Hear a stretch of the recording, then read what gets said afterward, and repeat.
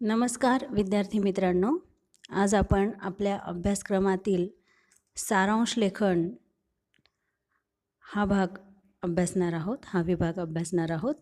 सारांश लेखन आपल्या कृतीपत्रिकेमध्ये पत्रलेखन या विभागासाठी ऑप्शन आहे, पर्याय म्हणून आहे. एकतर तुम्ही पत्रलेखन करू शकता किंवा पत्रलेखन जर नसेल करायचं तर सारांश लेखन करू शकता.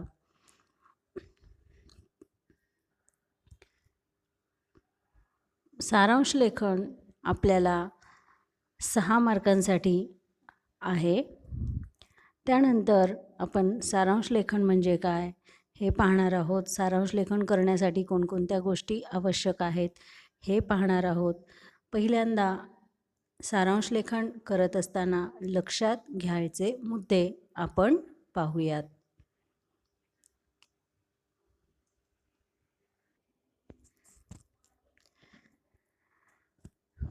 प्रथम दिलेला उतारा नीट वाचता उतार्यातील महत्त्वाचे मुद्दे अधोरेखित करा. हा खूप महत्त्वाचा मुद्दा आहे.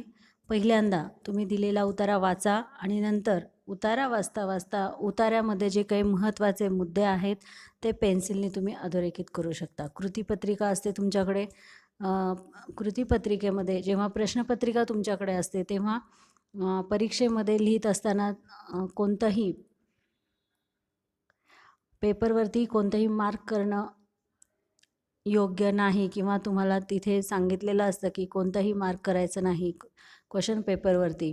परंतु छोटंसं पेन्सिलने तुम्ही डॉट केलं, जे महत्त्वाचे मुद्दे आहेत ते थोडेसे पेन्सिलने थोडंसं लाईन केलं किंवा डॉट केले तर नंतर आणि आपलं लिहून झाल्यानंतर तुम्ही ते रफ करू शकता.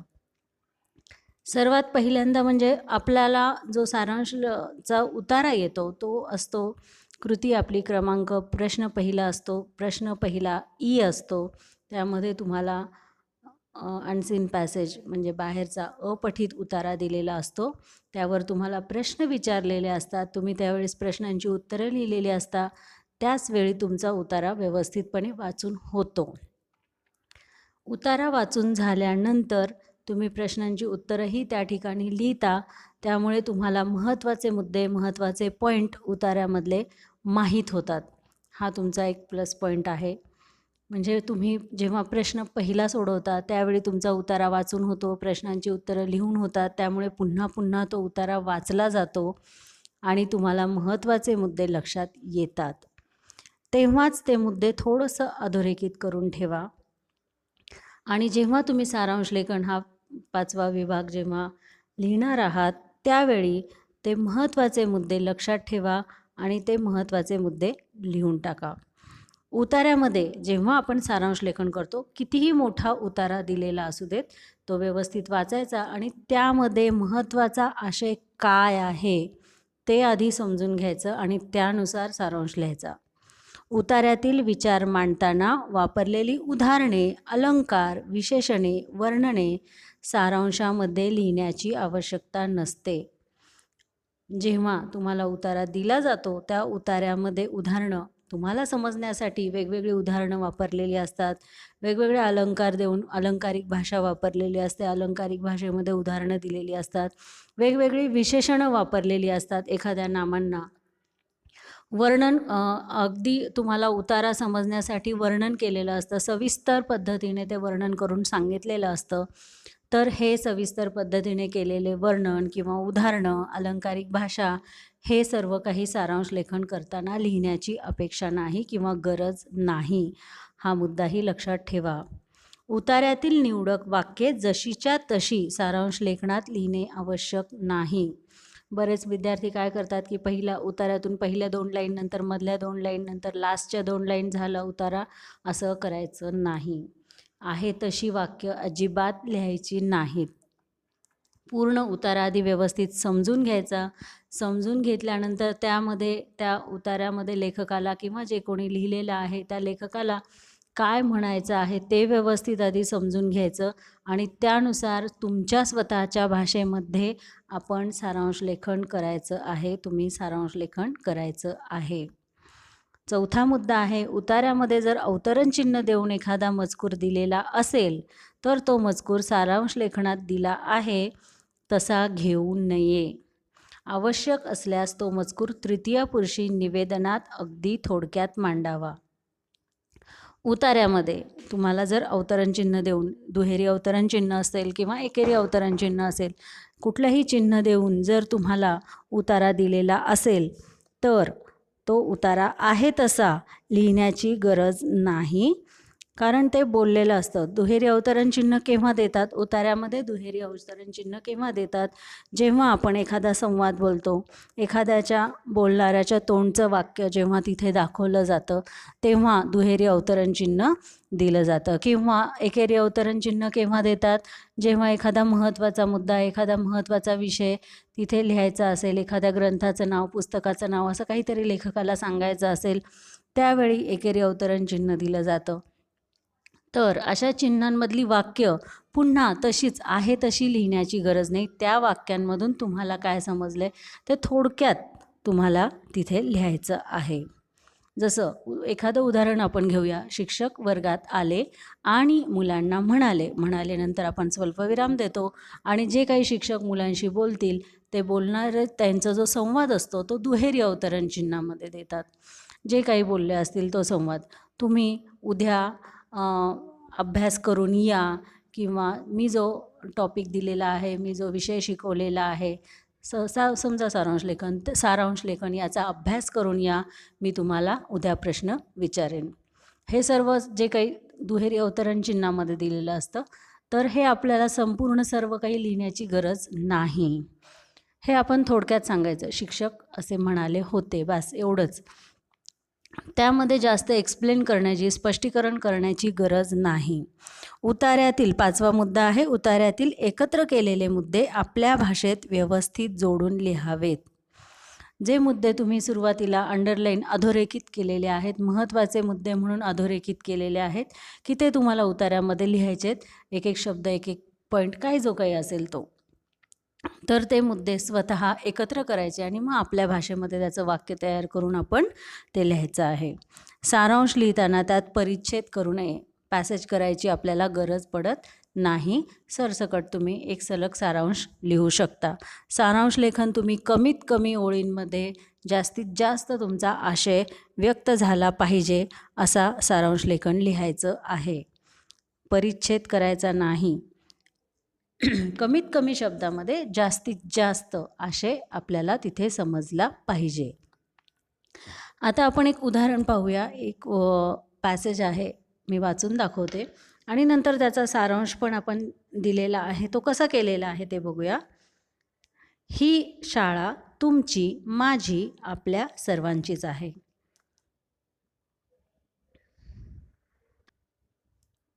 ती सुंदर, स्वच्छ, प्रसन्न ठेवणे हे कुण्या एकाचे काम नव्हे, तर आपणा सर्वांचेच काम आहे. रोज प्रत्येकाने 10 मिनिटे, फक्त 10 मिनिटे जाणीवपूर्वक खर्च करून आपला वर्ग, व्हरांडा, आवार, बसण्याची जागा इत्यादी स्वच्छ ठेवण्याचा प्रयत्न केला तर एकोप्याने केलेल्या कामामुळे शाळेची स्वच्छता नजरेत भरण्या इतकी छान होईल. शाळेच्या सौंदर्यात भर पडून वातावरण रम्य, प्रसन्न राहील. शाळेच्या स्वच्छतेची जबाबदारी काय फक्त सेवकांवरच टाकायची? ते बिचारे दिवसभर राबले तरी त्यांचे हात, त्यांची शक्ती तोकडी पडेल. तोकडी म्हणजे कमी पडेल. हाताच्या बोटावर मोजता येईल इतक्या माणसांनी सफाई करायची आणि इतर हजारो हातांनी मात्र घाण करायची, अस्वच्छता वाढवायची. हे योग्य आहे काय? स्वच्छतेचा वसा घ्या, एकजुटीने कामाला लागा, तरच स्वच्छ सुंदर शाळेचं स्वप्न सत्यात उतरेल. हा जो उतारा आहे यामध्ये महत्त्वाचे पॉईंट, सारांश दिलेला आहे, सारांश थोडक्यात दिलेला आहे. पण या उतार्यामध्ये आपण काय करणार आहोत? आधी उतारा व्यवस्थित वाचून घ्यायचा, पुन्हा पुन्हा वाचून घ्यायचा आणि त्यामध्ये महत्त्वाचे पॉईंट, महत्त्वाचे मुद्दे कोणते आहेत ते आधी व्यवस्थित पाहून घ्यायचं. कशाबद्दल माहिती दिलेली आहे? तर शाळा. शाळा हा शब्द अंडरलाईन करायचा. स्वच्छ सुंदर हा शब्द महत्त्वाचा आहे.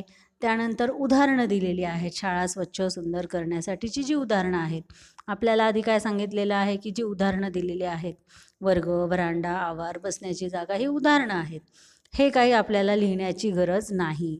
आपल्याला समजण्यासाठी ती उदाहरणं दिलेली आहेत. तुम्हाला कोणकोणते भाग स्वच्छ, कोणकोणते शाळेतले कोणकोणते परिसर स्वच्छ करायचे आहेत, हे समजण्यासाठी ती उदाहरणं दिलेली आहेत. तर ती उदाहरणं लिहिण्याची आपल्याला गरज नाही. आपला मुख्य मुद्दा काय आहे? शाळेची स्वच्छता. यावरच आपल्याला सारांश लेखन करायचं आहे. शाळेची स्वच्छता नजरेत भरणे इतकीच छान होईल. म्हणजे महत्त्वाचे मुद्दे आपण काय घेतलं? शाळा, स्वच्छ, सुंदर, जे काही शब्द आहेत ते लक्षात घ्यायचे. व्हरांडा वगैरे हे शब्द घेण्याची गरज नाही, उदाहरणं घेण्याची गरज नाही. शाळेची स्वच्छता, सौंदर्य, प्रसन्न वातावरण हे महत्त्वाचे शब्द आहेत. हे महत्त्वाचे शब्द फक्त लक्षात ठेवायचे. इथे स्वच्छतेची जबाबदारी सर्वांची आहे, एवढं सगळं दिलेलं आहे, उदाहरणं दिलेली आहेत. ही फक्त सेवकांवरच टाकायची का? मग त्यांची शक्ती कमी पडेल. बोटांवर मोजण्या इतक्याच लोकांनी काम करायचं का?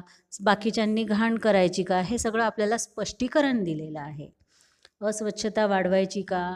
हे स्पष्टीकरण दिलेलं आहे. आपल्याला उतारा समजण्यासाठी जो काही टॉपिक आहे, जो काही महत्त्वाचा मुद्दा आहे, शाळेची स्वच्छता, हा विषय समजण्यासाठी हे स्पष्टीकरण दिलेलं आहे. तर एवढं मोठं स्पष्टीकरण लिहिण्याची गरज नाही. स्वच्छतेचा वसा घ्या, एकजुटीने कामाला लागा, ही वाक्य आहेत. यामधून सुद्धा आपण एक शब्द घेऊ शकतो. काय? एकजूट. एकजूट म्हणजे एकत्र येऊन काम करणे. म्हणजेच काय? तर हे सर्व सेवकांचं वगैरे जे काही दिलेलं आहे ते आपल्याला लिहिण्याची काही गरज नाही. फक्त एकजूट हा शब्द खूप मोठा आहे, त्याच्यामध्ये सर्व काही आलं. मग असे शब्द घेऊन एक वाक्य तयार करायचे, 3-4 वाक्य तयार करायचं आणि तो झाला आपला सारांश. आता पहिलं वाक्य आपण कसं तयार करणार आहे? तुमची शाळा माझी, आपली, सर्वांचीच आहे. सुंदर स्वच्छ ठेवणे सगळ्यांचेच काम आहे, काही एकाचं काम नाही. वर्ग हे उदाहरणं आहेत. आता आपण म्हणलं ते वर्ग, व्हरांडा वगैरे उदाहरणं काही लिहिण्याची गरज नाही. महत्त्वाचे शब्द लक्षात ठेवायचे आणि त्यावरून वाक्य तयार करायची. आता इथे सारांश दिलेला आहे. काय सारांश आहे? शाळा ही आपली सर्वांचीच असल्यामुळे ती स्वच्छ, सुंदर आणि प्रसन्न ठेवणे सर्वांचेच काम आहे. प्रत्येकाने आपल्या आजूबाजूची जागा स्वच्छ ठेवली पाहिजे. एकोप्याने केलेल्या कामामुळे शाळेतील स्वच्छतेत, सौंदर्यात भर पडून वातावरण रम्य, प्रसन्न राहील. शाळेच्या स्वच्छतेची जबाबदारी फक्त सेवकांचीच नसून सर्वांची आहे. काही ठराविक लोकांनी स्वच्छता करणे योग्य नाही. सर्वांनी एकजुटीने स्वच्छतेचा वसा घ्या, मगच स्वच्छ सुंदर शाळेचं स्वप्न सत्यात उतरेल. याहीपेक्षा अजून तुम्ही कमी उतारा करू शकता. काय करू शकता? की शाळा ही आपल्या सर्वांचीच असल्यामुळे स्वच्छ सुंदर ठेवणे, ती स्वच्छ सुंदर ठेवणे हे आपले सर्वांचे काम आहे. प्रत्येकाने एकत्र येऊन काम केल्यामुळे शाळेतील स्वच्छतेमध्ये, सौंदर्यामध्ये भर पडेल आणि वातावरण प्रसन्न राहील. शाळेची स्वच्छता करण्याचे काम हे आपणा सर्वांचेच आहे. शाळेतील प्रत्येक व्यक्तीचे आहे. सर्वांनी एकत्र या, एकजुटीने काम करा, स्वच्छतेचा वसा घ्या, तरच आपली शाळा स्वच्छ आणि सुंदर होईल. तुम्ही तुमच्या पद्धतीने अजून वेगवेगळे पद्धतीने तुम्ही लिहू शकता. तुम्हाला जसं समजेल त्या फक्त याच्यामध्ये महत्त्वाचा मुद्दा काय आहे? आपला शाळेची स्वच्छता. तर हा मुद्दा समोर ठेवून त्यावर आधारित वाक्य तयार करायचे. उतार्यामध्ये जे काही दिलेलं आहे ते पाहायचं, महत्त्वाचे शब्द घ्यायचे आणि त्या शब्दांवरून वाक्य तयार करायची. आपोआप आपला छोटासा उतारा तयार होतो. जी काही उदाहरणं दिलेली आहेत, जे काही स्पष्टीकरण दिलेलं आहे ते लिहिण्याची गरज नाही. सारांश लेखन अगदी सोपं आहे. तुम्ही करू शकता, अगदी व्यवस्थितपणे समजून घेऊ शकता. यासाठी तुम्हाला वाचनाची गरज आहे. शब्द समजण्यासाठी वाचनाची गरज आहे. शब्द जेव्हा समजतील, वाक्य जेव्हा समजतील, तेव्हा ती तुम्हाला तुमच्या भाषेमध्ये व्यक्त करता येतील. जेव्हा तुम्ही हळूहळू वाचताल, टेक्स्टबुक पुन्हा पुन्हा वाचा, पाठ वाचा पुन्हा पुन्हा. वेगवेगळी छोटी गोष्टींची पुस्तकं आहेत. पहिलीपासून ते 5वी, 6वी, 7वी, 8वीपर्यंतची जी पुस्तकं आहेत ती तुमच्याकडे असतील तर ती वाचा. पुन्हा पुन्हा वाचून तुम्हाला शब्दसंपत्ती समजेल, शब्द समजतील, वाक्य समजतील, वाक्य तयार करता येतील. अगदी सोपा आणि जेवढं तुम्ही कमीत कमी शब्दात जास्तीत जास्त मांडण्याचा प्रयत्न करताल तेवढे तुम्हाला जास्त मार्क सारांश लेखनामध्ये मिळतात. पत्रलेखन जरी तुम्ही लिहिलं असेल, तुम्हाला हा ऑप्शनला प्रश्न असेल तरीसुद्धा तुम्ही 3-4 ओळींमध्ये सारांश लेखन लिहू शकता. दोन्ही प्रश्नांमध्ये तुम्हाला कुठे जास्त मार्क मिळतील ते मार्क गृहीत धरले जातात. जर पत्रलेखनामध्ये तुम्हाला 4 मार्क मिळाले किंवा 3.5 मार्क मिळाले, सारांश लेखनमध्ये तुम्हाला त्यापेक्षा जास्त मार्क्स मिळाले, तर सारांश लेखनाचे मार्क गृहीत धरले जातात आणि ते लिहिण्यासाठी काही तुम्हाला जास्त वेळेची पण गरज लागत नाही. 4-5 ओळींमध्ये तुमचा उतारा लिहून होतो. शिवाय कृतीपत्रिकेमध्ये पहिल्या प्रश्नामध्ये ईमध्ये हा उतारा आलेलाच असतो. तुम्ही प्रश्नांची उत्तरं लिहिलेलीच असतात, त्यामुळे उतारा समजणं सोपं जातं. सारांश लेखन लिहिण्याच्या वेळेस पुन्हा पुन्हा उतारा वाचण्याची जास्त गरज पडत नाही आणि तुम्हाला सारांश लेखन व्यवस्थितपणे लिहिता येईल. वाचन वाढवा, फक्त वाचन वाढवा, चांगलं वाचन करा, तर सारांश लेखन हे अतिशय सोपं आहे. लक्षात घ्या आणि वेगवेगळे उतारे वाचून सोडवण्याचा प्रयत्न करा. सारांश त्याचा तयार करण्याचा प्रयत्न करा. नक्की तुम्हाला सोपं जाईल. धन्यवाद.